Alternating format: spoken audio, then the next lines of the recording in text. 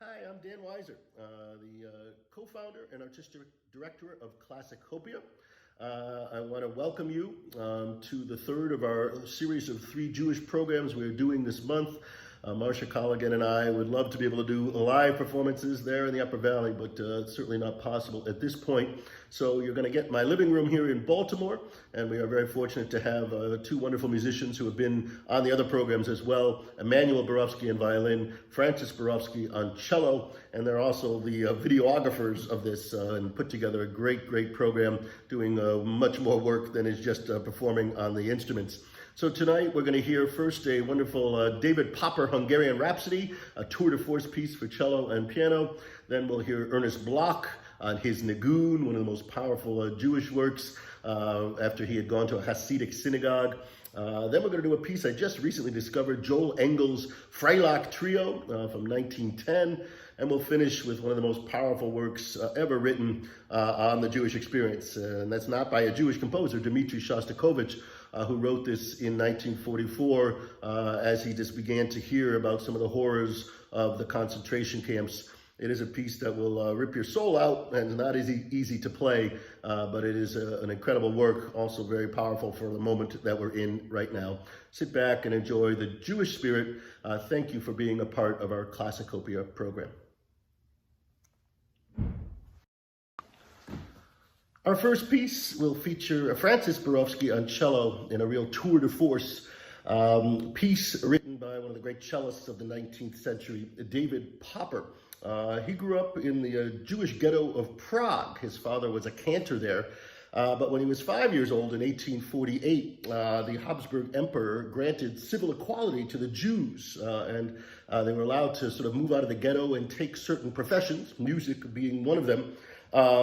And he quickly became very good on the cello, rose up to become the principal cellist of the Vienna Court Opera from 1868 to 1873. And while he was in Vienna, he got to play some chamber music with some wonderful people, including Clara Schumann on the piano, and then also Johannes Brahms. In fact, he premiered Piano Trio No. 3 in C minor with Brahms at the piano and Popper at the cello. He was also a member of the Hubei String Quartet.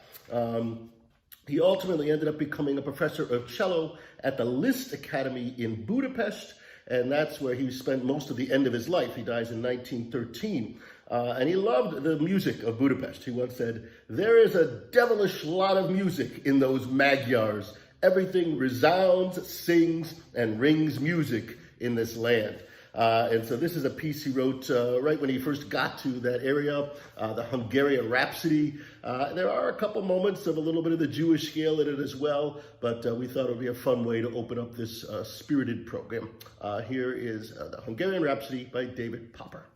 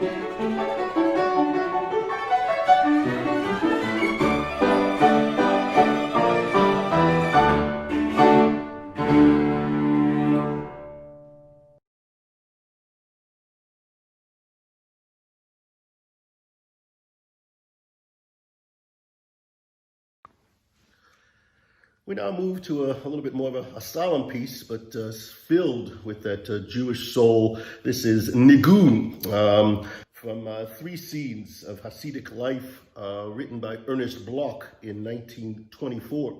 Bloch had been born in Geneva, Switzerland in 1880. His grandfather had been a big part of the Jewish community there, and his father had indeed studied to be a rabbi.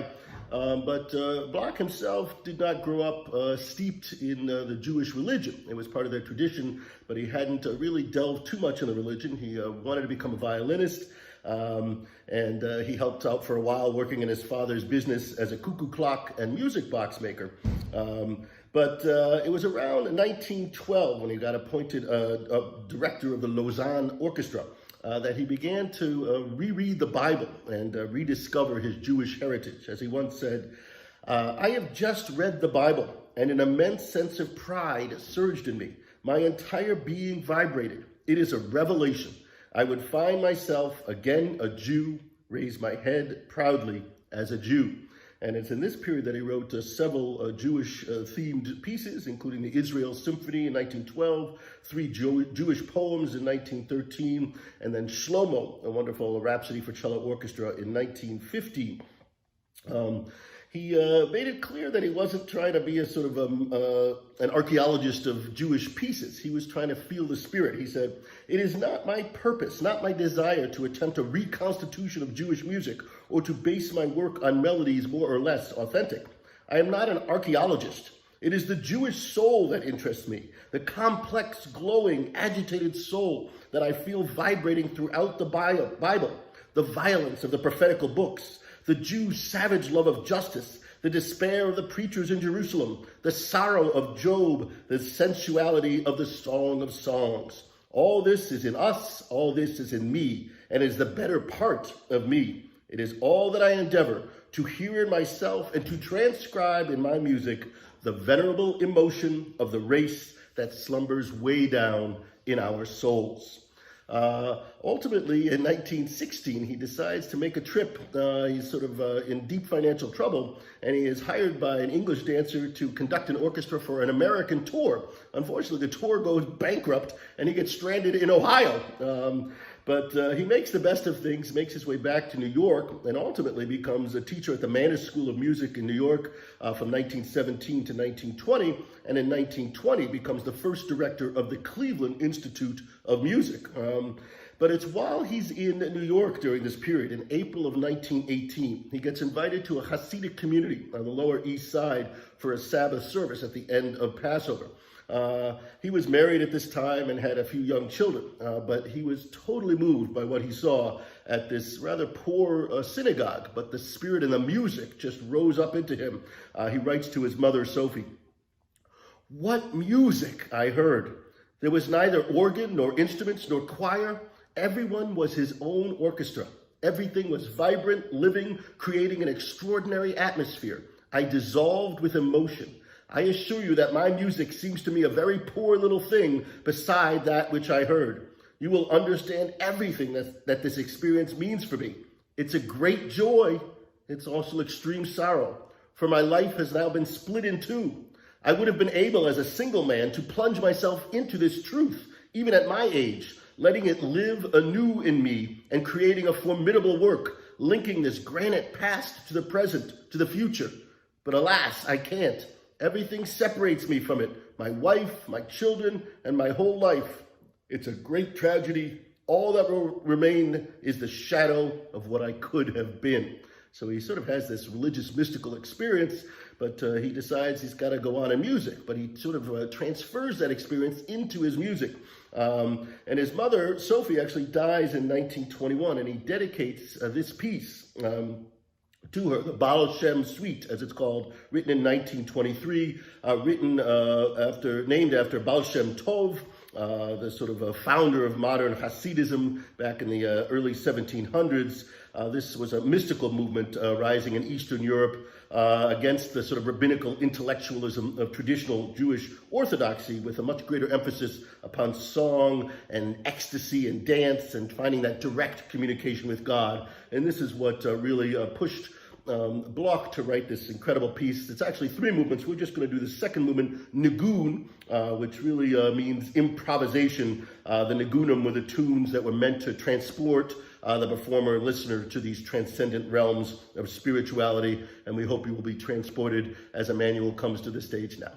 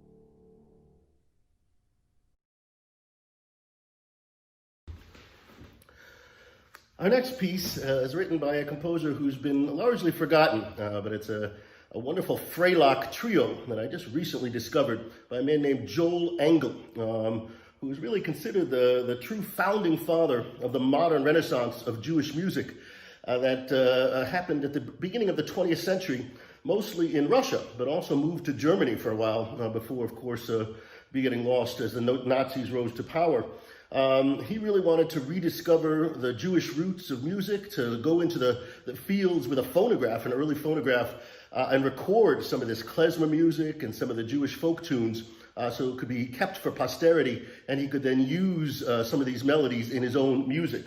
He was born Yulia Dmitrovich Engel in the Ukraine, and he studied law originally, as I had done, and met up with Peter Tchaikovsky, who had actually also studied law, but Tchaikovsky heard some of his early music and urged him to enter the Moscow Conservatory in the 1890s, right around the time when Rachmaninoff would have been there. He worked as a music critic for a while, and he met up with another powerful critic named Vladimir Stasov around the year 1900. Stasov was very influential in urging Russian composers to find Russian folk music and use that as the basis for their classical works. But he knew Engel was Jewish, and he actually apparently said to him, "Where is your national pride in your own people?" And that sparked Engel to really begin that search for the Jewish music. He begins to collect Yiddish folk melodies in the Ukraine, and then spreads out into all the different parts of the Pale of Settlement there, and organizes several lecture concerts in Moscow and St. Petersburg, playing this kind of music to many people who had not really heard the real traditional folk music. And in fact, in 1908, he starts a society, the Society for Jewish Folk Music, which contained many of the great performers, Joseph Akron, Yasha Heifetz, Gregor Piatigovsky. They all sort of participated in some of these concerts. And as I mentioned, he was out there joining Ansky, who had written the Dybbuk, as they sort of recorded these folk songs using early wax cylinders from Thomas Edison's research. He actually did write the incidental music for the Dybbuk, a play about a young bride possessed by the spirit. He ultimately moves to Germany for a while and organizes concerts in Berlin and Leipzig, and he opens up the Yuval publishing house there, where Jewish music was published. And then in 1924, he ends up moving to Palestine and was offered a position at the Shulamit Music School there. There he begins to listen to more Yemenite tunes, and he tries to create a kind of new indigenous style with that kind of music. And he begins associated with some of the early theater groups there.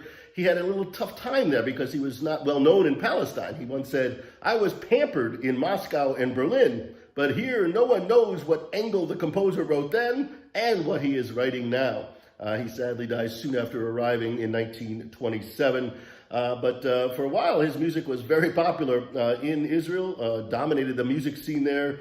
Some of his songs are still sung. You might know Numi Numi, which was one of Israel's most popular lullabies, and also the children's song Omrim Yeshna Eretz. But here is a trio that he wrote probably around the year 1910, which gives you that spirit of the Jewish Freilich dance music.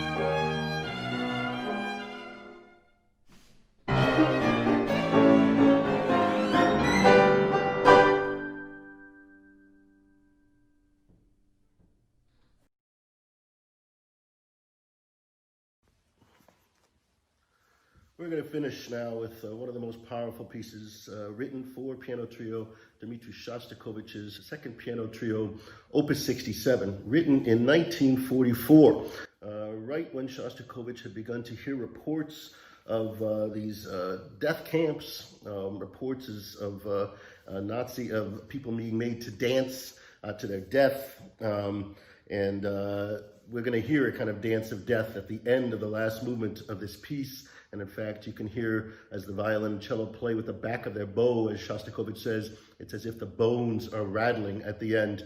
But this work was sort of one of several pieces that Shostakovich, who was not Jewish, wrote with Jewish themes, which was pretty shocking to do in Soviet Russia, where any kind of music with Jewish themes was outlawed, and indeed was a provocative act, which was shocking for Shostakovich, because he had almost faced the death from the party once before when he wrote his opera Lady Macbeth of Mtsensk in 1936. This had been a successful opera, but when Stalin went to see it, he was horrified by it, and an article appears in Pravda basically destroying this. It says the following: "The singing is replaced by shrieking. The music quacks, hoots, growls, and gasps to express the love scenes as naturally as possible. It tickles the perverted taste of the bourgeoisie with its fidgety, screaming, neurotic music. There's a threat to our Russian community of music. The ability of good music to enthrall the masses has been sacrificed on the altar of petty bourgeois formalism. This is playing at abstruseness. Such games can only finish badly." So here we see the government trying to control artistic expression, something we worry about a little bit now. And Shostakovich was rightly afraid for his life. And in fact, he kept a bag packed outside his apartment in case the KGB came to grab him. He responds to this with his Fifth Symphony, which he wrote in a letter called, he said, it's a Soviet artist's response to just criticism. And this piece is much more in the Russian tradition, much more good for the proletariat. And some have accused Shostakovich of caving in. But again, he's trying to survive at a time when you don't know what to do. And that the fact that in 1944 he then writes this piece, and then later on a piece called Jewish Folk Poetry in 1948, and then his 13th Symphony, Baba Yar, based upon a poetry that describes one of the horrible mass killings in the Ukraine, shows that he really did have sympathy for the Jewish cause. And in fact, he once said the following: "Jewish folk music has made a most powerful impression on me.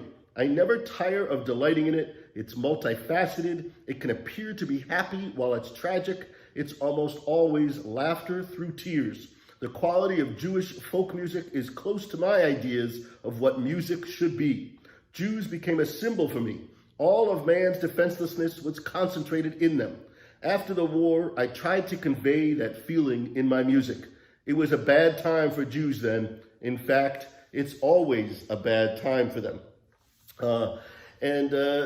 Shostakovich had two very good Jewish friends. One was his student, Benjamin Fleischmann, who had died in the siege of Leningrad, who had started an opera called Rothschild's Violin, and Shostakovich finished this opera for him. His other good Jewish friend was Ivan Solartinsky, who was one of these amazing Renaissance men, a polymath, who was a professor of Romance languages, supposedly spoke 26 different languages, but was also a music critic and highly interested in music, very good friends. He had died of a heart attack, supposedly, in 1944, although some suspect that the Russian government had poisoned him because he was more outspoken about some of his ideas. Once he died, Shostakovich started on this piece, but it obviously developed into more than just a piece about one person, as Shostakovich began to hear more and more about the camps and what had happened to the Jews. It starts off with the first movement, the cello playing very high up all by herself with these artificial harmonics. It sounds somewhat ghostly and strained.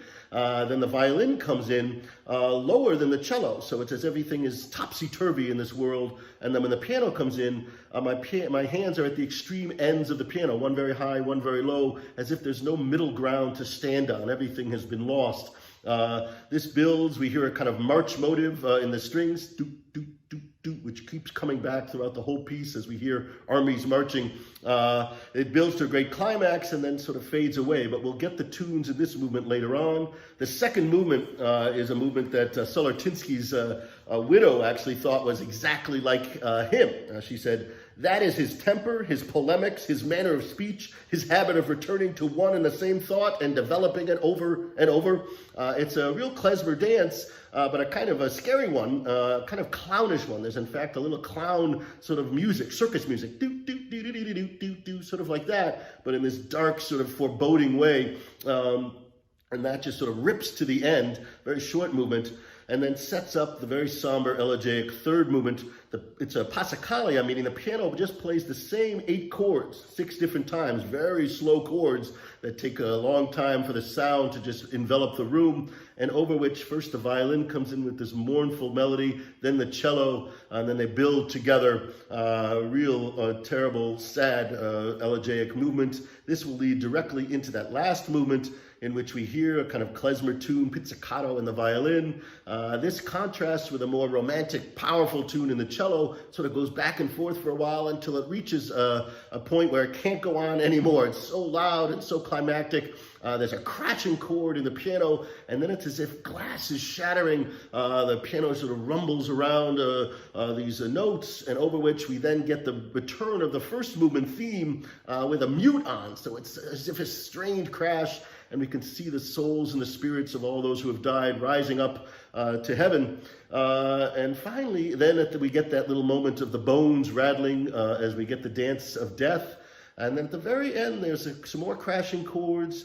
And the last few chords are in E major, as opposed to the fact that the whole piece has been E minor. And so maybe there's a little sense of hope at the end, but I think we all have to work hard to get to a better place. I think this piece is the perfect piece to play at this moment of the pandemic and the chaos in our government and our society. We hope you will take it all in and enjoy Dmitri Shostakovich's trio in E minor, opus 67.